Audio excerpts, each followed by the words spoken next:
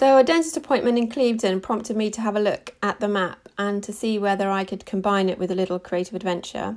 As I was looking, I spotted this, Annie Newman Memorial. That piqued my interest and I wondered who she was and what the memorial was. On a closer inspection, it looked like it was a Victorian water fountain. Time to go and explore and find out. Hi, so I'm here in Clevedon and I'm about to try and find out a bit more about a water fountain I found on a map. So I don't really know much about it, but I thought let's go and see what we can find out about it. So it's there, that's the thing we're going to look at. So there's something.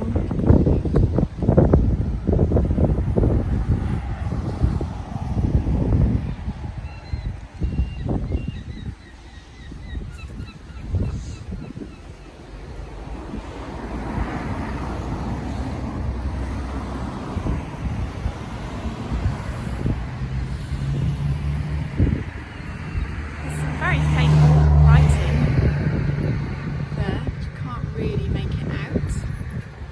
Interesting design, water in it.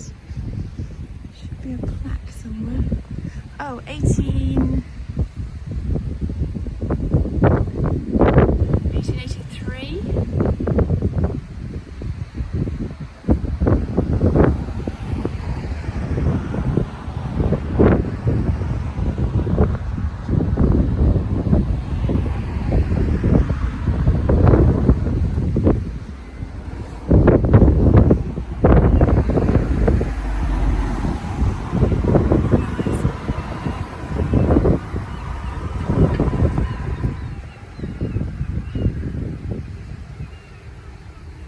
There was a plaque. Aha, here it is. In memory of Annie Newman, wrecked by her husband, and then stored by Clevedon Civic Society. Ah, so they might know a bit about what it is. And that's the view.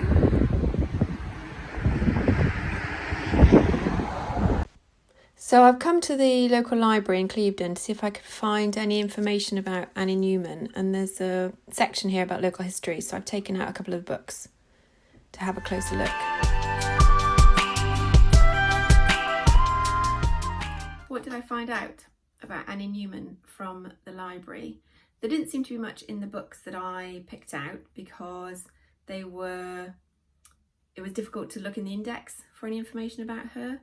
So what I ended up doing was asking one of the librarians, and they very kindly put me in touch with a local historian called Jane Lilly, and they emailed her and told her what I was looking for, why I was researching the water fountain, and she replied with some really helpful information. So she sent me this print of their Clevedon Past from 1993 from the Clevedon Civic Society, and it's actually got the original Local Board of Health minutes for the 6th of June 1883, when they recorded Mr. Newman's proposal as follows. So Mr. Newman, that was Annie's husband, and he, it turns out, was a Reverend John Stubbs Newman. And he said he wrote to ask Sir A.H. Elton, and that's the name of the road, it's on Elton Road, stated he had had a letter from a gentleman desiring to erect a monument and fountain at his own expense and hand the same over to the board if they approve, suggesting it be erected on the green beach. It was moved and seconded and carried that the proposal of the gentleman be accepted with many thanks. It says the fountain was probably completed in early 1884, the design being prepared by an unknown London architect. So it doesn't tell you how much it cost to have the fountain built, but I would imagine it would have been quite a substantial cost. It's quite a large structure. The other thing I discovered, which was interesting to me, was because it says that it was the fountain is mainly constructed from natural Portland stone, and that was really exciting to find that out, because one of the islands I visited as part of my islands project was Portland, and we went to one of the quarries where Portland stone was mined, and I mean most of Portland is now gone because it's been quarried, I should say, to quarry for the Portland stone, which has actually been used all around the world. And I knew that it was used for there's some buildings in Bristol that have been used for it, but I didn't know that a lot of Victorian water fountains were made from Portland stone. So there was actually Portland stone much closer to me than I realised. The fountain is mainly constructed from natural Portland stone, and that was cool to find out having visited the Isle of Portland as one of my islands. The small columns that you can see here are made from a red sandstone, and the trough from a pink granite.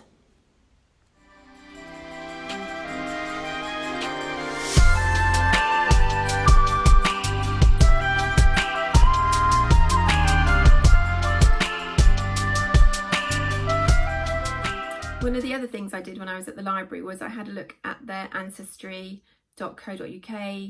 library edition, and from that I managed to get hold of the 1881 census, which had Annie Newman listed on there along with her husband, and they were living in Glendale on Prince's Road, which is just up the road from where the water fountain is. And I discovered she was born actually in Liverpool, and her maiden name was Formby. But that was pretty much all I could find out. So I haven't really got to the bottom of who she was, what she might have been like.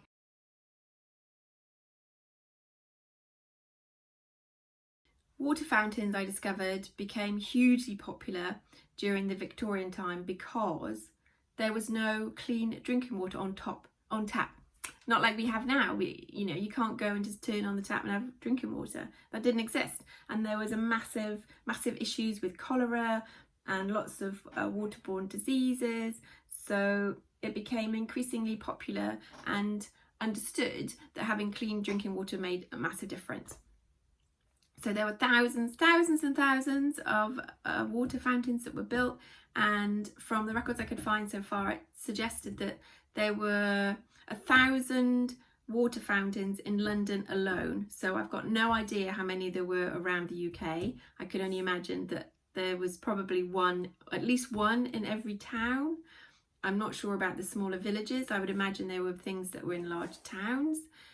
So there may be one near where you live. Have you seen a Victorian water fountain where you are? Have you ever explored it or had a look at it and to find out a little bit more about it? Quite interesting, I think, to see what you could find out.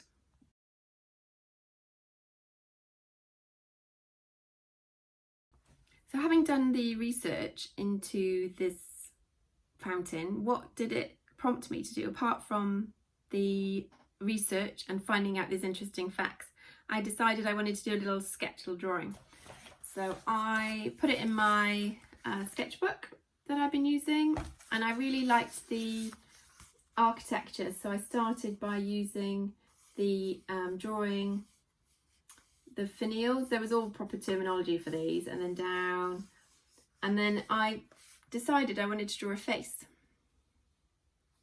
So that face just kind of came in my imagination, and experimenting with that, and then I put all the information that I found out about water fountains and Annie Newman around the actual sketch so far. So that's really where I got to.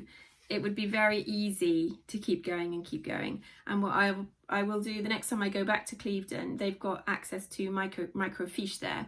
So I thought I would go and see if I could find some records from when the actual fountain opened from the old newspaper articles. But that's something for another time, because I realised that it's so interesting. I was just going off on all kinds of tangents, but I needed to keep it kind of short and a little bit of a way of getting my brain going to support me with doing my islands projects, a bit of a aside. But finding out there was a link between the water fountain and Portland Island, that was pretty cool.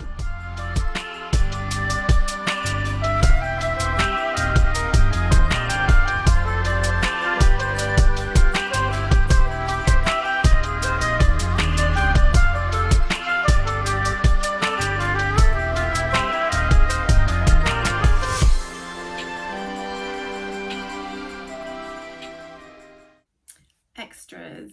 As you are probably aware, once I start researching things, I can go off in all kinds of angles, And one of the other things that I had a look at was what else was going on in 1883 when the water fountain, the memorial to Annie Newman, was being built. Quite a lot of things, but there were three things that really stood out to me. And these were, the first one was that the first Carnegie funded library was built in Dunfermline in Scotland.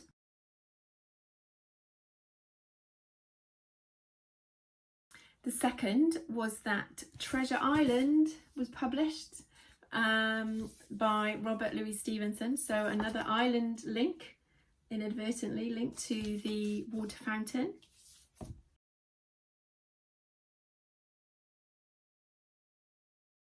And the final thing, which I found in the Women Travellers book, was that the Scottish explorer Isabella Bird had her book The Golden Chersonese published in 1883. And Isabella Bird is an amazing woman who basically started exploring in her 40s because her doctor advised she needed to travel to help cure her bad back and insomnia.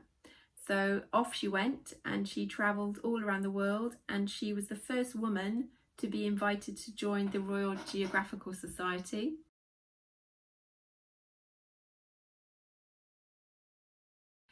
Isabella Bird broke down a lot of gender barriers. At that time, it was very unusual for women to be travelling, so it's fantastic. And those are the three extra things that I discovered as a result of going on my creative adventure around Clevedon and initially finding the memorial to Annie Newman. So who knows what you'd find if you follow your crumbs of curiosity, be like my seal, the seal of curiosity, and see what things you can find out about where you live and see what and where that leads you.